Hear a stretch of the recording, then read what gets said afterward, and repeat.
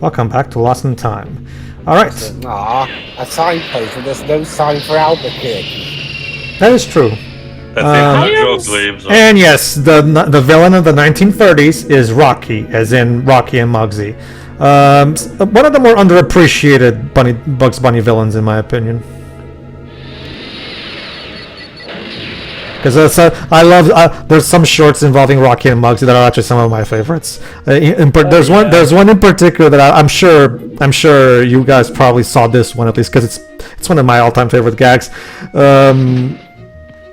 Where the cops are about to get Rocky and Muggsy, and Bugs tells them to hide in the stove, and they're like, "Oh, okay, Rabbit, where's Rocky? He's not in the stove. Aha, he's in the stove. Would I turn on the gas if my friend Rocky was in there? You might, Rabbit, you might.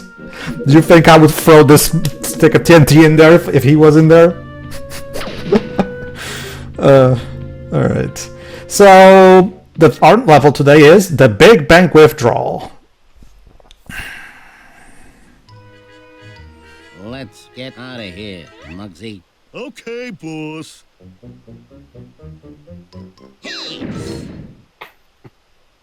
Bugs, you are a terrible security guard. So I guess Bugs sees it as his natural duty to take them down. No, it's that and there's clocks in here, so. Simon Says. Yep, trying to play some Simon Says. Also, the usual dog from the Sylvester and Tweety which is totally not Hector, I guess. Mm-hmm. Okay.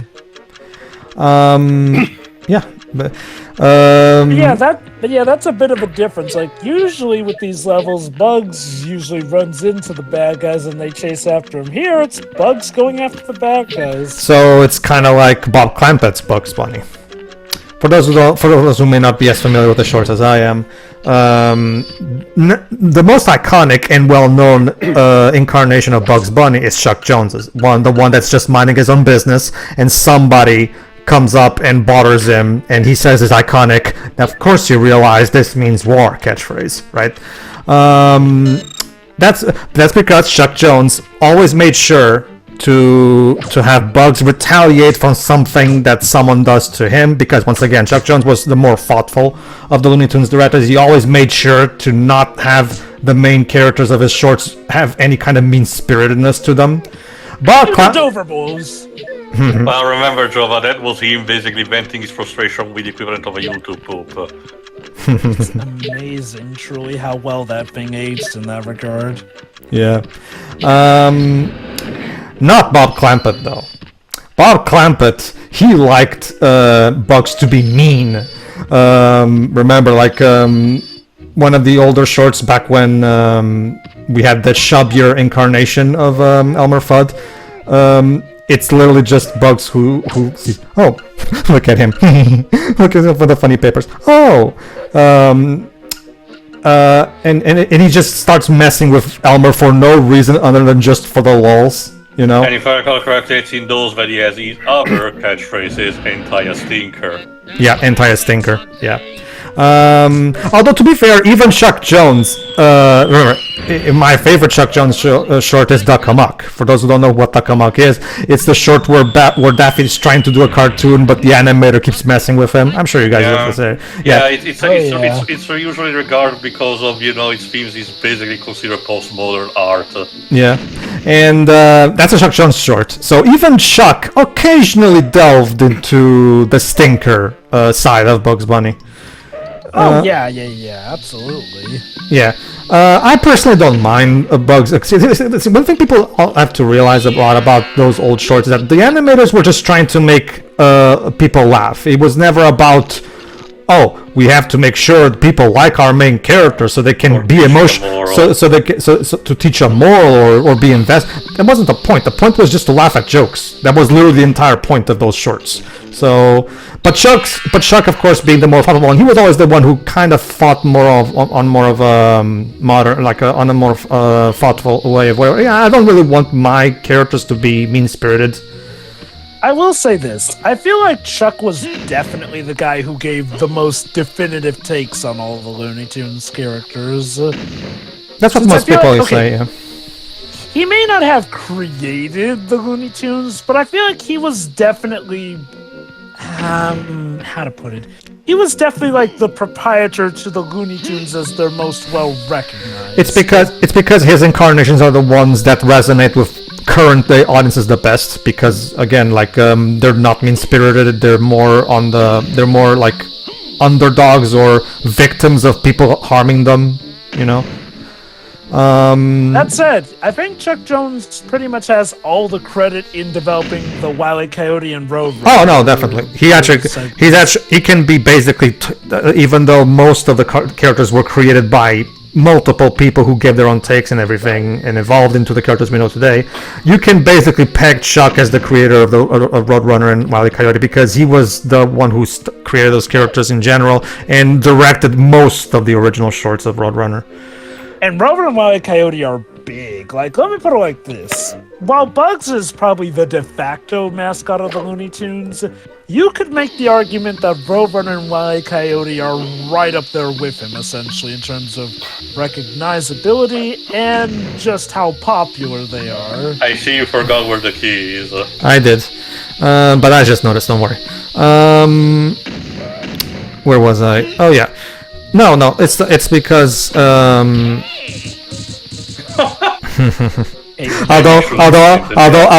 one particular Bugs Bunny that I love that not a lot of people mention is Tex Avery's Bugs Bunny.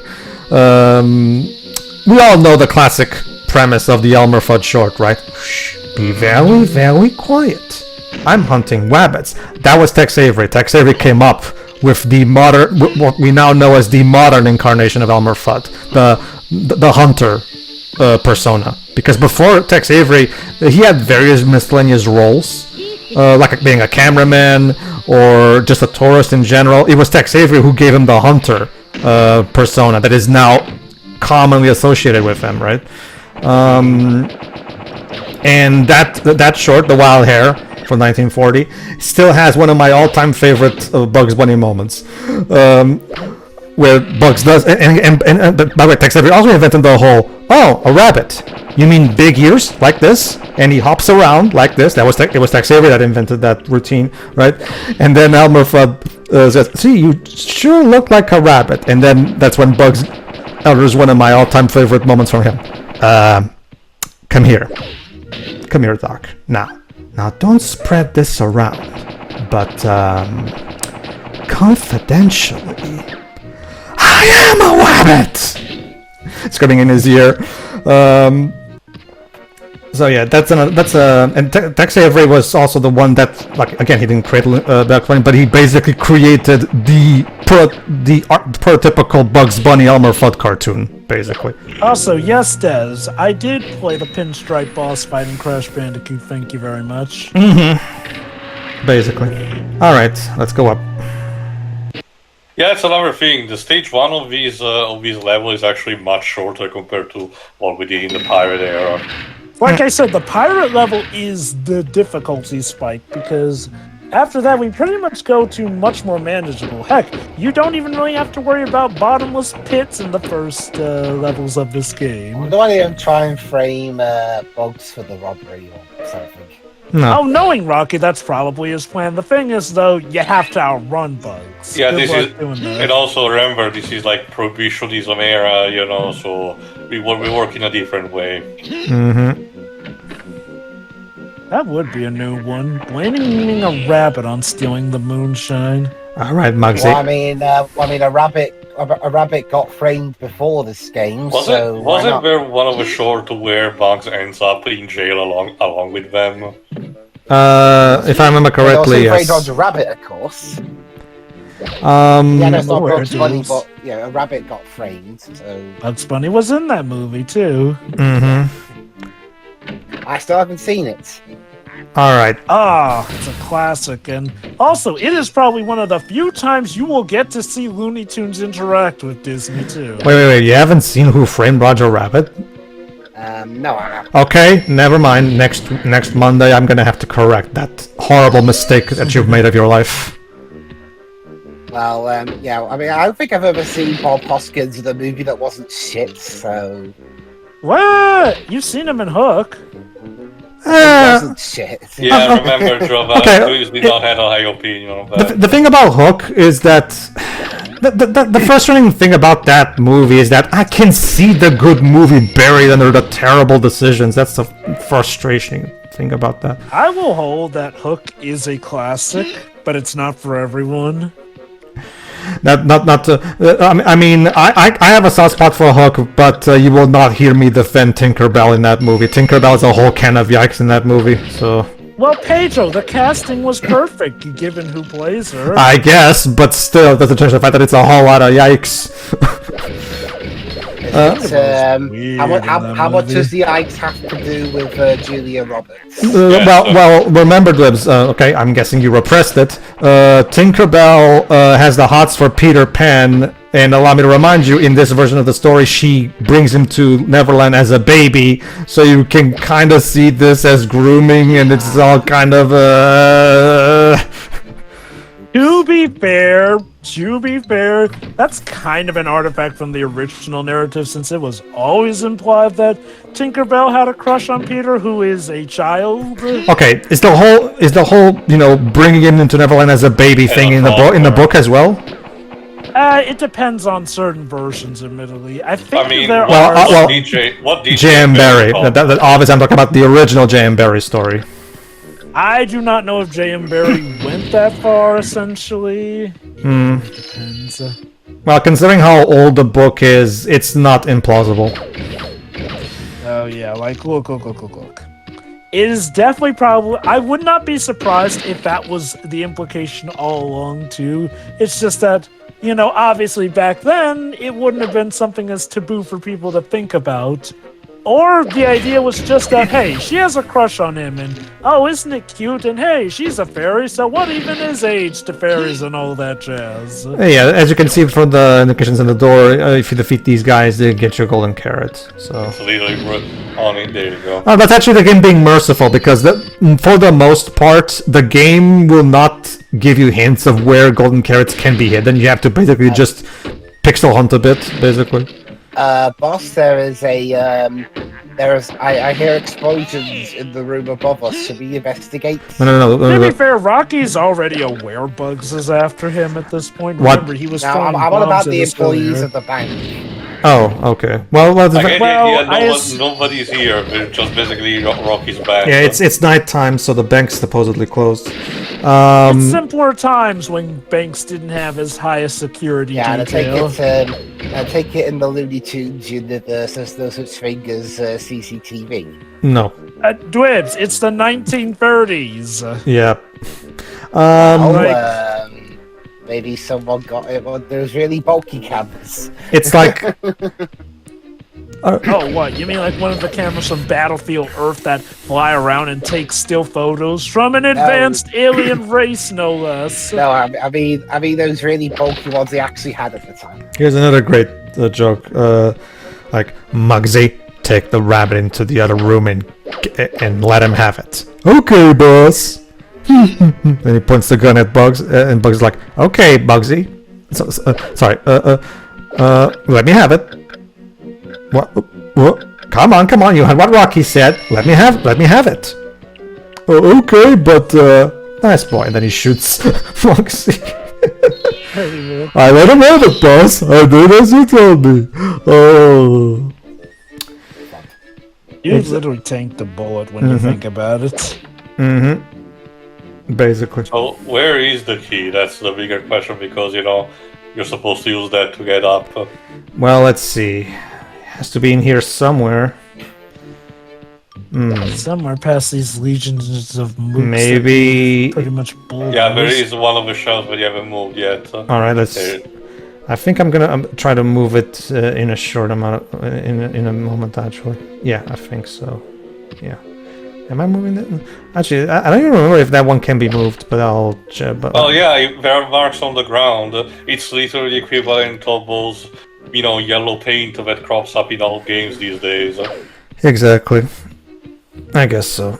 Even Silent Hill 2 you know- remake has it. My god. Oh god. Although, if I remember correctly, in that one you can actually turn it off, so at least they're actually being merciful. I don't see the thing. I would rather have those things in my games over me having to pixel hunt and guess what the developers were thinking. Honestly, because Again, I think the option to toggle on and off is the better one because at least personally, hi. yes. Hello. I basically want to be the one in control of my action. Well, technically, you're. Go on. No, I'll decide if I want to be helped or not. Basically. Sure. My thing is that like I don't like having to basically do what is literally guesswork. You know. I just miss the days when games would just let you edge grab on anything that was grabbable. Mm-hmm. Yeah, it is. That as well. Yeah. Like, just do that so that we don't have to guess, and also so that we don't have yellow markers that may or may not break the immersion. Yeah, Astrobot manages to have all these level design intuable without having the need of markers. All right. Alright. And now we're into this section. Oh, it's just an innocuous clock there. Could be smooth sailing. As long as you don't keep phasing through the clock. No, it's because I'm just trying to test. Okay, so it seems like, yeah, free clock basically. Of course. Basically, without the clock on there, it's basically a reverse Indiana Jones thing, basically. Thankfully, you have a gigantic Lego to put there. A 24 kilo. 24 carats. Written in Comic Sans, of course. Okay. Oh, that turns out there is some kind of personnel here. Actually, guards. Well, it's a security guard. The security guard, that makes sense. And he's asleep, so... Mm-hmm. Well, but he has the key, so... Yep. He has been sleeping through all our fighting and explosions. Yeah, I think that's the way you have to do it. Bonk. And then the newspapers the next day. Rabbit goes crazy and beats the hell out of a security guard. Gives concussion. Yeah, the guard managed to get rid of just a concussion. I guess so. Whoa! That said, that guard knows when to shoot, I guess. Oh, okay. There we are. And there we go. Finally. And that's it. What about the other clock? Don't worry, we'll get it later. It's tied to an alarm, as you can see, but, you know, if you actually trip it, the guard, if it was in the room, would have been awake. Yeah, There you like go. so. Well, we don't need the guard to be asleep anymore anyway, so... And he just goes back. Yeah, he's in the next room, and he's like, Must have been the wind. That's okay, Liz. It's like the bulwarks in Pikmin. As long as you're out of their territory, they'll just, like, even if they can still see you, they'll just pretend they can't see you and go back to their spot. So... Oh well, he's in the other room, but, well, that's outside of my programming jurisdiction, so... I'm guessing it's also like, you know, this rabbit is walking on hind legs. He comes at me with a mallet, and I should just thank my stars I'm lucky to be alive, so as far as I'm concerned, I didn't see jack squat. There you go. Alright. Look, let's be honest. Well, okay, it's Looney Tunes, so I don't know, but would he be sent to the asylum for reporting this? Or would they believe him, given that I it was mean, Looney if we Tunes? apply the same logic of that short with the tiny elephant, probably. Mm-hmm. Or Michigan Frog. Yep. Still, okay, yeah, I've been outside and looking in, but it's interesting how they chose the frog to be the mascot of that Warner Brothers TV channel. Yeah. Instead of Bugs Bunny. The frog from One Froggy Evening. And the One Froggy Evening is regarded as one of the all-time great Chuck Jones shorts because of the commentary that it has for its time. Although from the clips I've seen, the one issue with doing that approach for a TV channel is that literally every single time that Michigan was on screen, He was just doing a slightly altered shtick from One Froggy Evening, and that could get annoying after a while. Yeah. Yeah, that's basically it. Who did voice Michigan J Frog? For Basically, back in the day when Chuck Jones was, there was this opera singer guy that he always got for his shorts. Even when he was directing his Tom and Jerry shorts in the '60s, he even brought him back for the Cat Concerto. So I guess he had the same guy also. Sorry, not the Cat Concerto. I'm mistaking my shorts. The cat above and the mouse below. Sorry. So I guess he was the same vibe guy that he got for, I forgot his name, I think it was like Johnny Jones, the opera guy that, Bugs, forces to sing by dressing as Leopold. Mm-hmm. Leopold Stokowski. Mm-hmm. Leopold. Yeah. That's still one. That's still also a long-haired hair. Yeah, that's also one of my favorite shorts because I just love. Yeah, and yeah, the opera singer guy, like the fact that he's even capable of constantly alternating between the lowest pitch possible and the highest pitch possible all at once.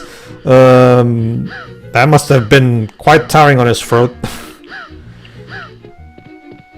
Speaking of tired, geez. Yeah. What happened, Muggsy? Well, Muggsy is not exactly... No, there you go. Oh, there's a safe. If I recall correctly, he spawns here after you unlocked all the doors. Yes, basically. And yeah, you have to wait until he tires the tool. There you go. There we are. Lightweight. He does wake up though. What you're supposed to do is bring him here and he'll go into the elevator, which means, and now you can also go into the elevator so you can start the boss battle against Rocky and Muggsy. Mm-hmm. Alright. And yeah, I only have one more clock, which is the one that they have, and I'm missing 2 more golden carrots though. Where could those golden carrots be? Ah, fuck it, we'll get them later.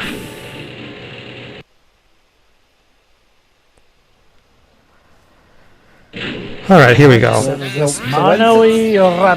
Alright, this boss battle... Withdrawal is going to be. Withdrawal as in, like, withdrawing from the bankers. Yeah, I know what you mean. It's just... Okay. Alright, so the idea is we have to first knock down Muggsy, and as Rocky just said, hey Muggsy, wake up, and you bump him in the head. Classic. There you go. The entire point of his head this big is because for this one throw. Can you get him to shoot his own man? No. I think you actually can, but I don't remember if I tried. But I have at least a Mandela effect that you actually can. Like even if I remember correctly, even if his bullets hit him, he covers and stuff like the only way to knock him out is to actually kick him. Mm-hmm. But I feel like there was some reaction you get if he shoots. Oh, he does, but it's just a small little animation. It doesn't actually it's not actually useful for you boss wise. Mm-hmm. But it's funny. I guess. Come on, Muggsy, it's not that difficult. There we go. Why do I still hire you? Sorry, boss. I get like I'm gonna use that hat of yours as a... So, bye, I guess. Yep. Yes. All right. He gets mad at Muggsy and we leave. Good, but you left some stuff behind you. But we opened up another level here in the 1930s, the Greatest Escape.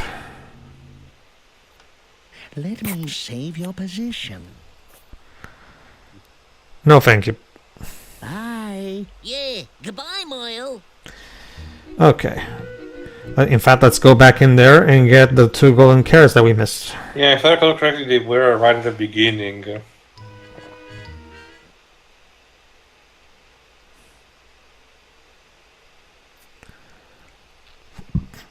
Alright, here we are.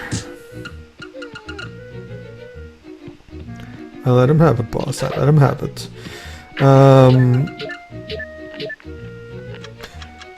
Yeah.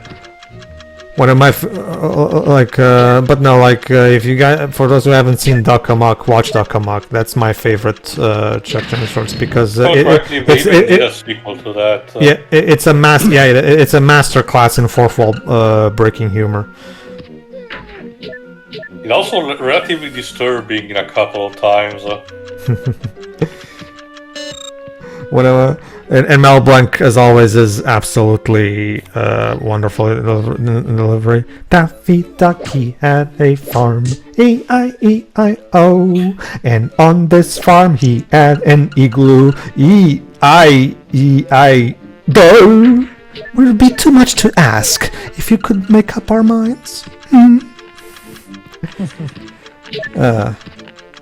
Although one thing that I will definitely say about the new shorts as well,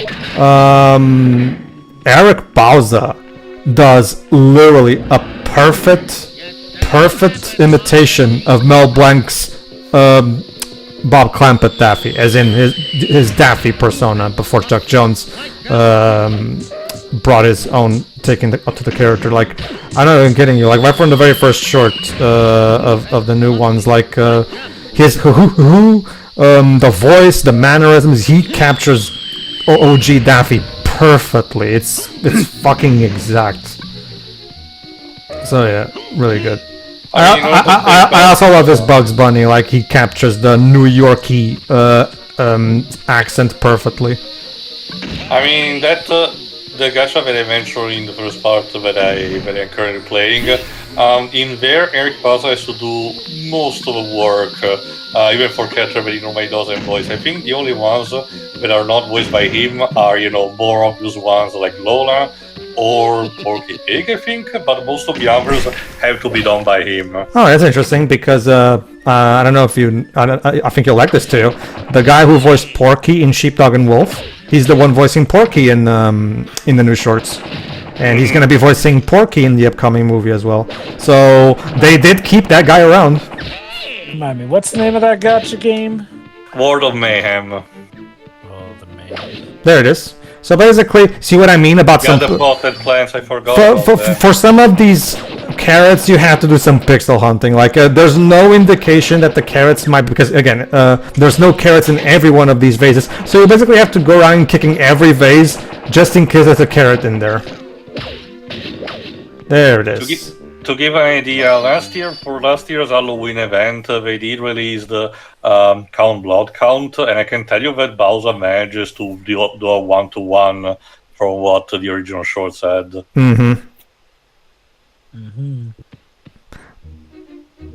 But remember too, the reason Pete got Eric Bauza for his shorts is exactly because of, even before he started playing the characters, he used to do perfect impressions of them in his stand-up, right? So basically they got him specifically. Pete went out of his way to get the best possible people to work on their shorts. For example, the guy who did the art design for these new shorts is the guy who did the art design for Cuphead. You know, I mean, you can't really get any better than that, right? Although to give Eric Bauza credit, hasn't he been doing Looney Tunes since? Oh wait, no, I guess he only started in 2020. I could have sworn he was doing them for the Looney Tunes show, but I guess that was Joe Alasky. No. If I remember, granted, it's been a while since I've seen it, but I'm pretty sure the Looney Tunes show had someone else play Bugs as well as Daffy. I'm pretty sure. I'll have to look back again. Anyway, everybody, see you for the next part. Yeah. Yeah. Bye.